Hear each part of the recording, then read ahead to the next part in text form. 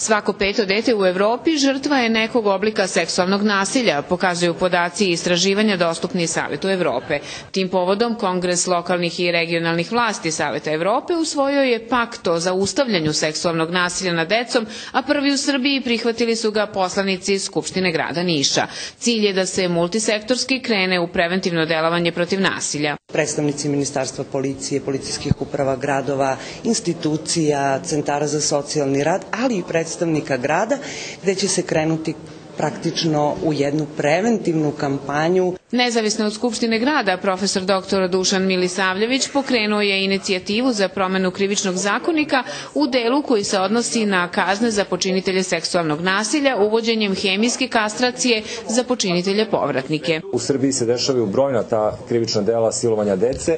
U većini slučajeva su to ljudi koji su povratnici i sa ovom merom bi deca i naše žene bile mnogo sigurnije na ulici kada one izađu iz zatvora. Milisavljević tvrdi da je hemijska kastracija medicinski tretman koji počinitelja sprečava, praktično mu pomaže da ne počini ponovo krivično delo seksualnog nasilja.